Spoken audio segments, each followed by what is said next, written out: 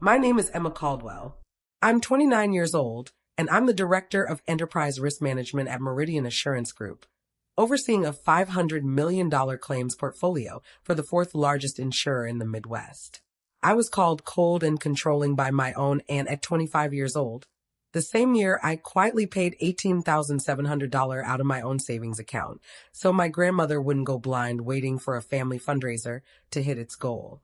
For years later, I sat in my grandmother's living room while she looked directly at me, really looked clearly for the first time in 3 years, and watched my aunt's whole story fall apart in real time. My mother once told me, arms crossed in her kitchen, "You'd rather protect your credit score than protect this family." I didn't say anything back that day.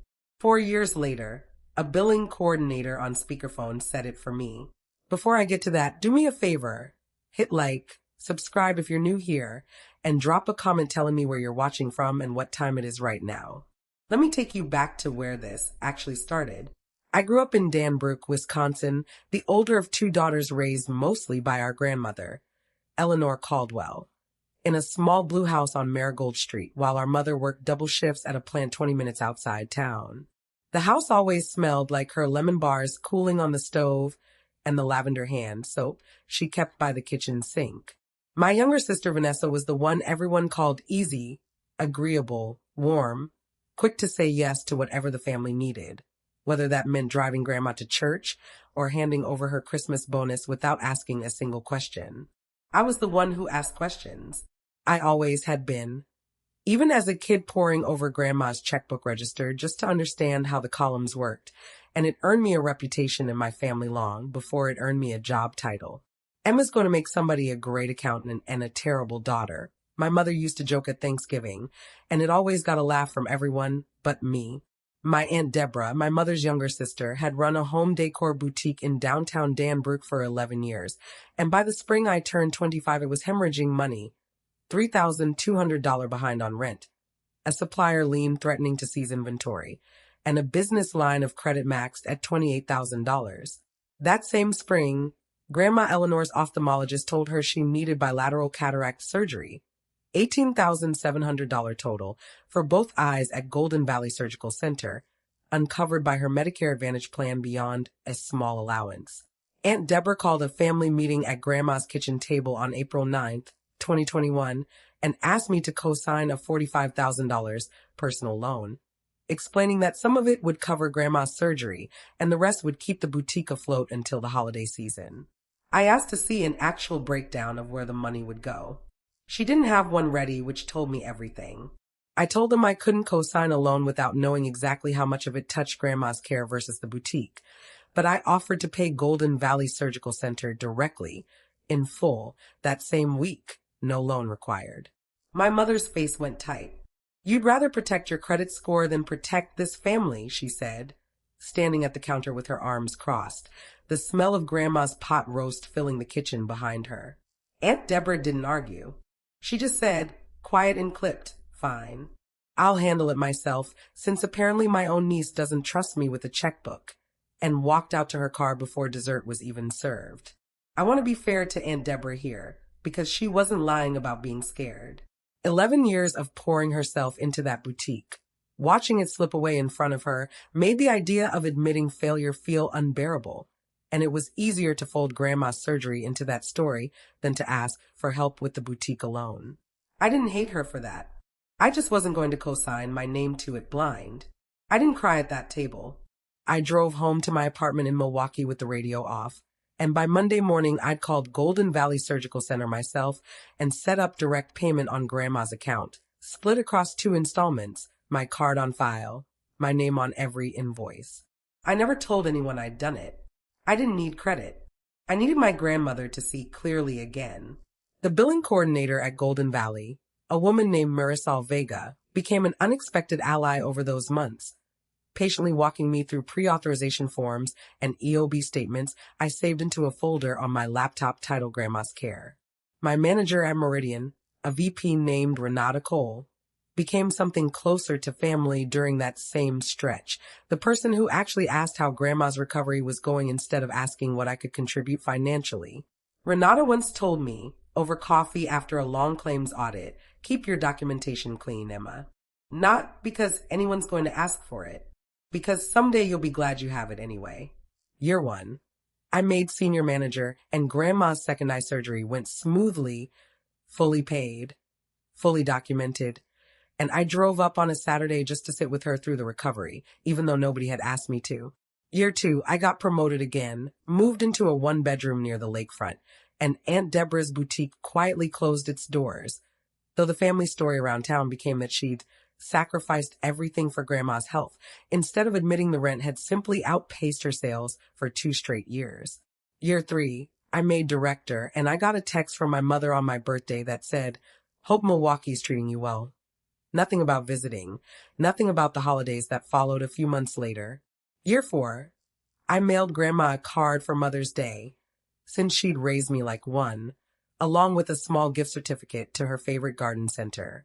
It came back 3 weeks later, marked returned to sender in Aunt Deborah's handwriting, not Grandma's, the certificate still tucked inside, unused. The reconnection came through a voicemail Aunt Deborah accidentally left on my phone instead of Vanessa's, both our names sitting next to each other in her contacts under the same first letter.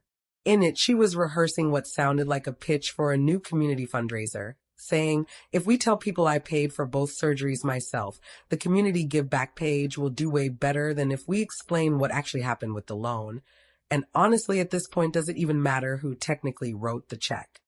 I played that voicemail 4 times, sitting in my car outside my own office building at 8:40 on a Thursday night, my laptop bag still on the passenger seat. I called a financial advisor friend of mine, Marcus Odom, before I said a word to my family. I told him about the voicemail, the folder, for years of billing statements. He confirmed what I already suspected. I had every legal right to request my own itemized payment history directly from Golden Valley as the account holder of record. And if Aunt Deborah was soliciting donations under a false account of who'd actually paid, that crossed into territory a consumer protection attorney could take seriously, though the simplest fix was just putting the real invoice in front of people. Marcus also reminded me of something I already practiced daily at Meridian. Documentation doesn't need to be argued with. It just needs to be read out loud, clearly once. I drove to Danbury for Grandma's 81st birthday 3 weeks later, the same visit where her final follow-up cleared her for driving again after 4 years of failing vision. The living room smelled like her lemon bars, the same recipe she'd made since I was small, and she'd hung new curtains she said she could finally actually pick a color for herself, now that she could see the fabric swatches without squinting. Vanessa was there with her kids. My mother had set out the good plates with the gold rim, and a few of Grandma's neighbors had stopped by with a card. Grandma sat in her recliner by the window, glasses off for the first time at a family gathering in years, blinking in the afternoon light like she was seeing the whole room itself for the first time, tracing the pattern on the curtains with her eyes. That was when Aunt Deborah raised her glass and set it, warm and rehearsed, clearly for an audience. I just want to say I'm proud I was able to pay for every bit of Grandma's surgery myself, both eyes, no help from anybody. Grandma, who could now read the label on a soupkin across the kitchen without squinting, looked at her sharply. I didn't raise my voice. I pulled out my phone and called Golden Valley Surgical Center's billing line, already saved in my contacts, and put it on speaker in the quiet living room. Marisol Vega answered on the second ring, and I asked her, plainly, whose card was on file for Eleanor Caldwell's bilateral cataract procedure from April and June of 2021. She read it back without hesitation, 2 payments, $9,350 each, both charged to a card ending in the same 4 digits, both under the name Emma Caldwell. Aunt Deborah's name appeared nowhere in the account. I said, "I'm not saying this to take anything away from you, Aunt Deborah. I'm saying it because Grandma deserves to actually know who to thank, and it isn't fair to either of us for the story to stay wrong." That was the line the room went quiet on. Aunt Deborah's face crumpled in a way I hadn't seen since the boutique closed. "I didn't want everyone to know the loan fell through because of the store," she said, quieter now, almost to herself. It felt easier to let people believe I'd handled it than to admit I couldn't. That was real, and I believed her. Then, a breath later, her chin lifted again, and she said something about how she'd still done plenty for this family, which wasn't really the point anymore. But I let her have that. Grandma reached over and took my hand, her grip steadier than I'd felt in years. She didn't need glasses to say what she said next. I can see just fine now, Emma. I've seen you clearly for a long time. My mother didn't say anything at first, just looked down at her plate the way she had at that kitchen table years ago. If this is hitting close to home, drop a comment. I read every one. Here's what I actually learned. Love doesn't need an audience to be real, and the version of it that does usually isn't. I didn't pay for my grandmother's surgery to be thanked publicly. I paid for it so she could see her grandchildren's faces again. And I kept every receipt only because someone once told me the truth is worth having on hand, even when nobody's asking for it yet. Being the one who asks the hard questions isn't the same as being the one who doesn't care, even if it took my own family 4 years to see the difference clearly. If you've ever quietly carried something for your family that somebody else took credit for, I hope you find your own version of that phone call. Proof you never needed until suddenly you did. Subscribe if you want more stories like this one. Share it with somebody who needs to hear it today. Tell me in the comments what you'd have said in that living room, and I'll see you in the next one.